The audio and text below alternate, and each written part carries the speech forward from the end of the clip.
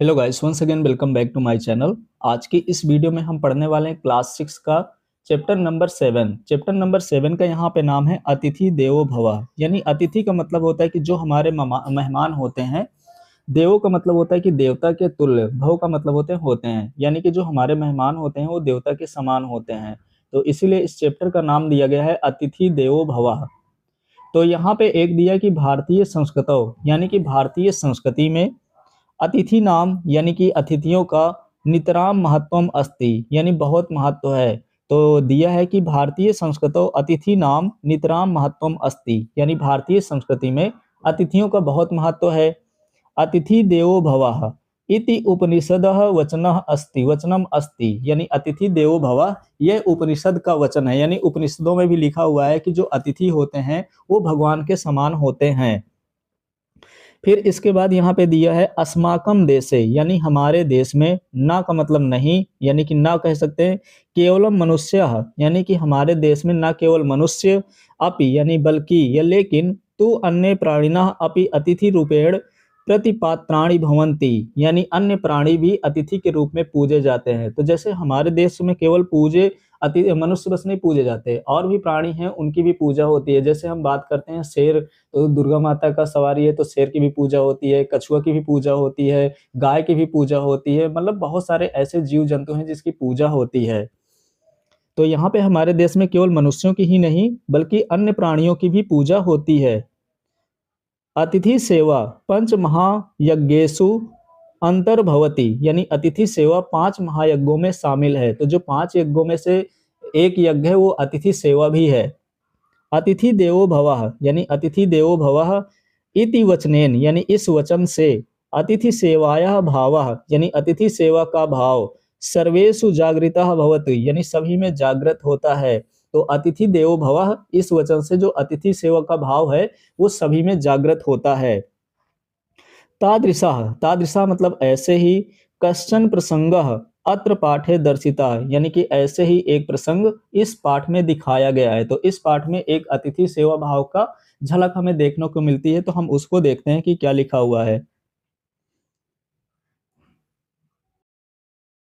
जैसे आगे दिया है कि राधिका एषु दिनेषु कुर्दमाना एव चलती, यानी राधिका इन दिनों उछलते हुए ही चलती है।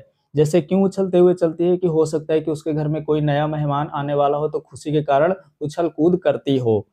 यत, यत का मतलब होता है क्योंकि।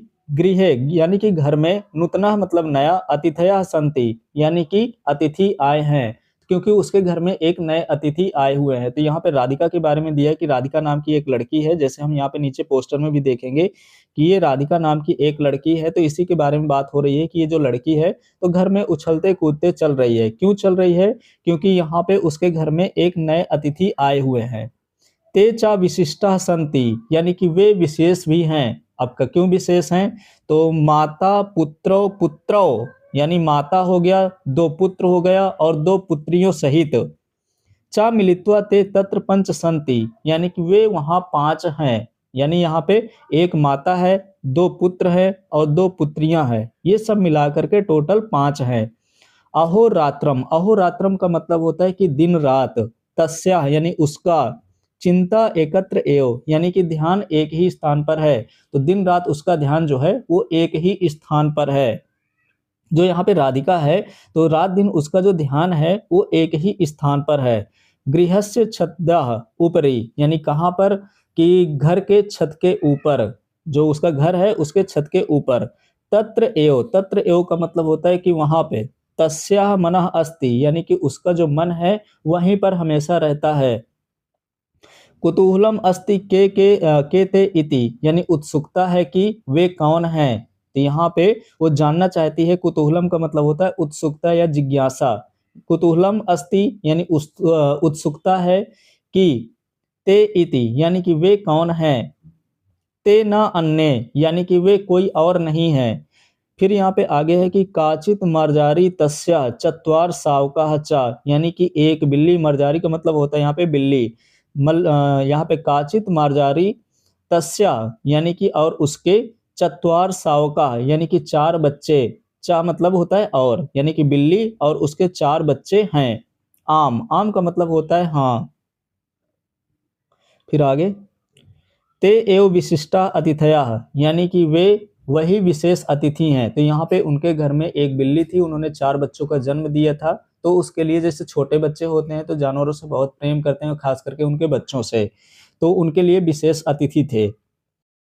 आगे दिया है कि सा का मतलब होता है वह। तू तेसाम नामानि अपि चिंतितवती, यानी उनके नाम भी सोच लिए थे। जो राधिका थी तो उनके नाम पहले से सोच ली थी कि इनके क्या नाम रखना है। जैसे पहला तन्वी है, मृदवी है, सबला है, भीमः च इति, यानी उनके नाम सोच ली थी यहाँ पे कि तन्वी हो गया, मृदी हो गया, सबला हो गया और भीम। ये उसने चारों नाम सोच ली थी कि बिल्ली के बच्चों के चारों नाम रखेंगे। तो जैसे यहाँ पे दिख भी रहे हैं पोस्टर में कि ये राधिका है और इसमें 4 बच्चे हैं, 1 2 3 और ये 4, और ये बिल्ली है। इसके बाद आगे दिया हुआ है कि जैसे यहाँ पे बिल्ली है, बिल्ली के बच्चे को ये दूध पिला रही है और ये काफी मुस्कुरा रही है, यानी कि प्रसन्न है। साथ में हम देखेंगे कि यहाँ पे दादी भी बैठी हुई हैं, दादी से यहाँ पे कुछ बातें कर रही हैं। तो अब इसी के बारे में हमें देखना है और पढ़ना है। जैसे लिखा है कि तन्वी आकृत्या सुंदरी, यानी कि यहाँ पे जो तन्वी है वो काया से सुंदर है, यानी कि शरीर से सुंदर है। जो तन्वी नाम की बिल्ली है वो शरीर से सुंदर है। मृदी स्पर्शेन अति कोमला, यानी कि मृदवी जो है वो स्पर्श से अत्यंत कोमल है, जब उसको छूती है तो बहुत ही सॉफ्ट दिखती है। सबला चित्रवर्णः, यानी कि सबल रंग बिरंगी है, यह रंग बिरंगा है, जैसे बहुत कलरफुल है, जैसे व्हाइट हो गया, ब्लैक हो गया। इसके अलावा तथा और च भीमा किंचित स्थूला, और जो भीम है वो थोड़ा सा मोटा है। तो यहाँ पे बता रही है कि जो तानवी है उसका शरीर बहुत ही सुंदर है, यानी देखने में बहुत ही सुंदर लग रही है। मृदवी जो है उसको छूने से बहुत ही कोमल लगता है। सबल जो है वो रंग बिरंगा है। चित्रवर्णः का मतलब होता है कलरफुल। इसी तरह से भीम के बारे में दिया है कि वो थोड़ा सा मोटा है।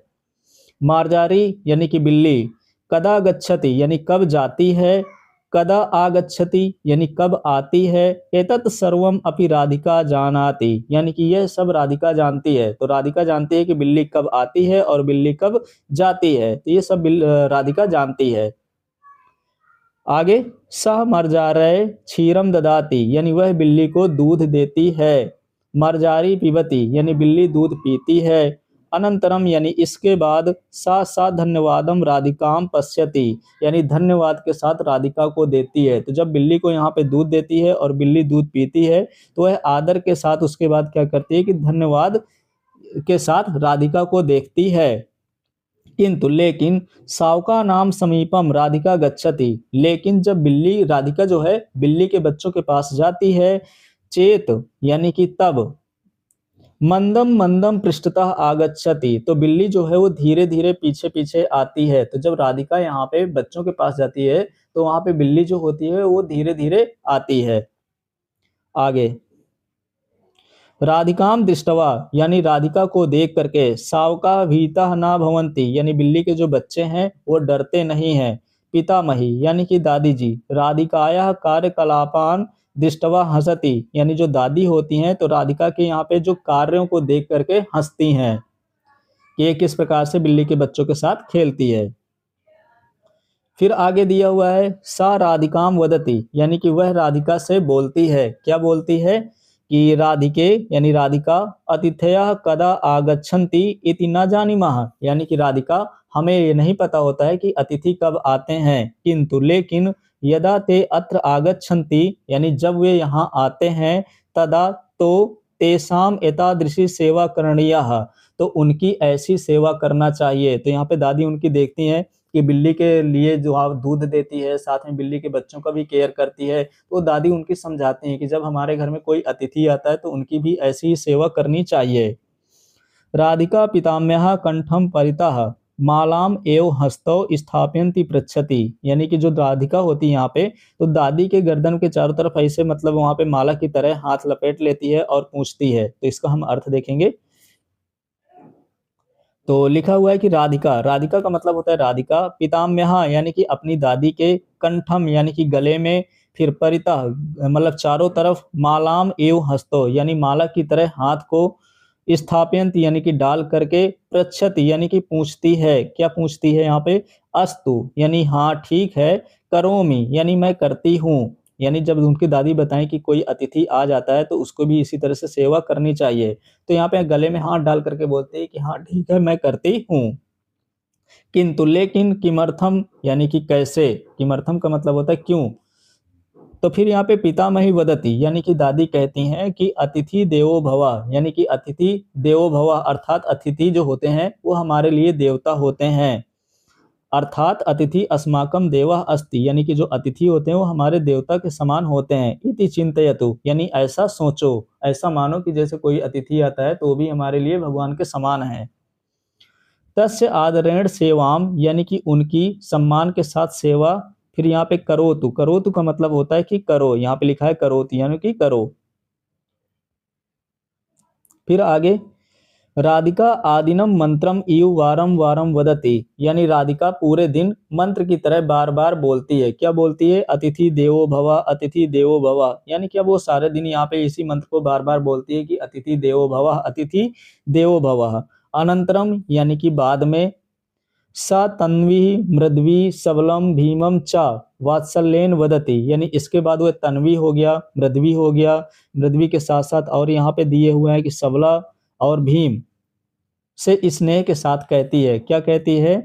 कि जानन्ति किम, यानी जानते हो क्या, अतिथि देवो भवः, यानी अतिथि देवो भवः, भवन्तः अपि वदन्तु, यानी कि तुम भी कहो अतिथि देवो भव। तो वह बिल्ली के बच्चों से कहती है कि तुम जानते हो कि क्या कहना चाहिए, अतिथि देवो भवः, आप भी बोलिए, यानी उन चारों बच्चों से कहती है कि तुम भी बोलो कि अतिथि देवो भवः।